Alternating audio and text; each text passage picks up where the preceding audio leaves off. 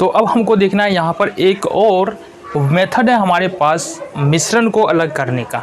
जो हमने एक मेथड तो हमने पहले पढ़ा है, जो स्याही का जो कलर होता है उसके विभिन्न रंगों को हम लोग अलग कैसे कर सकते हैं। अब यहाँ पर देखना है हमको क्रोमेटोग्राफी के बारे में। अब क्रोमेटोग्राफी है क्या, सबसे पहले ये समझो। क्रोमेटोग्राफी ऐसे विलयन में से विलय को अलग करने के लिए प्रयोग किया जाता है जिसमें अलग अलग 2-3 अलग अलग विलय घुला होता है और सबका घुलनशीलता जो है वो अलग अलग होती है, मतलब घुलने की क्षमता जो होती है ना अलग अलग होती है। कहने का मतलब मान लो यहाँ पर एक विलयन में हम विलयन लेते हैं, ये समझो। पहले एक विलयन लिए, विलयन में हमने नमक मिलाया और चीनी मिलाया, दोनों को मिलाया। तब ज़रूरी नहीं है कि दोनों एक ही स्पीड से मिले। पहले तो देखो नमक और चीनी अगर विलयन में मिला रहे हैं तो नमक और चीनी विलय हो जाएगा, और ये जो पानी है ना, पानी क्या है, विलायक है। पहले तो ये समझो। नमक और चीनी की जो घुलनशीलता होगी वो अलग अलग, घुलनशीलता की जो दर होगी वो अलग अलग होगा, यानी कि कोई स्लो घुलेगा और कोई तेज घुलेगा, ये बोल रहे हैं हम। तो ऐसे विलायक के लिए प्रयोग किया जाता है जिसकी घुलनशीलता की दर जो है ना वो अलग अलग होती है। तो जो हमारा इंक होता है, जो स्याही होता है, उसकी घुलनशीलता की दर जो है वो अलग अलग होती है। इसलिए क्रोमेटोग्राफी का प्रयोग जो है ना, एक ही इंक में अलग अलग जो रंग डाले जाते हैं उसको अलग करने के लिए यहाँ पर किया जाता है। ठीक है, कैसे करते हैं औजार देख लेते हैं। इस प्रकार से एक हमको शीशे का बीकर ले लेना है, और शीशे के बीकर में क्या करना है, एक अपने को कागज़ लेना है, फिल्टर पेपर, कागज़ नहीं लेना है, फिल्टर पेपर लेना है।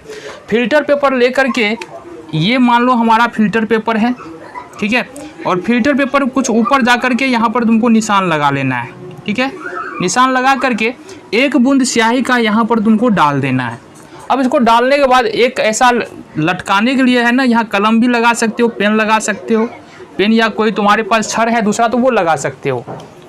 इसको लगा करके पानी के अंदर में हल्का डुबोना है, फिल्टर पेपर को पूरा नहीं डाल देना है, हल्का डुबाना है। अब हमने क्या कहा था, याद करो, हमने ये कहा था कि जो 2-3 विलय इसमें घुला होगा, ये जो स्याही हमने डाला इसमें 2-3 प्रकार का विलय होगा, यानी 2-3 प्रकार का रंग होगा। अब अलग अलग रंगों की जो घुलने की दर है वो अलग अलग होगा, यानी कि कोई रंग तेज घुलने वाला होगा और कोई रंग स्लो घुलने वाला होगा। जो तेज घुलने वाला होगा ना, वो पानी जब फिल्टर पेपर में पानी ऊपर की ओर चलेगा वो ऊपर की ओर चलता हुआ चला जाएगा, और जो स्लो घुलने वाला होगा वो नीचे तुमको नजर आने लगेगा।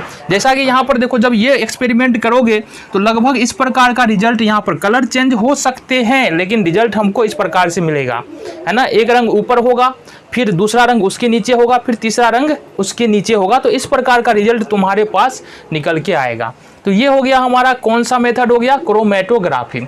अब क्रोमेटोग्राफी जो है ना, कहाँ से निकल के आया, ये ग्रीक शब्द से निकल के आया है, क्रोमा से निकल के आया, ग्रीक शब्द क्रोमा से, और क्रोमा का मतलब होता है रंग।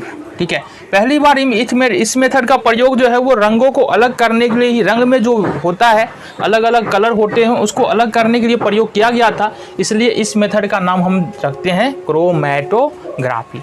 सिर्फ रंगों के साथ ही नहीं, इस प्रकार का अगर और विलय किसी भी विलयन में या किसी भी विलयन में और विलय अगर डाला हुआ है तो इस तरह से हम अलग कर सकते हैं।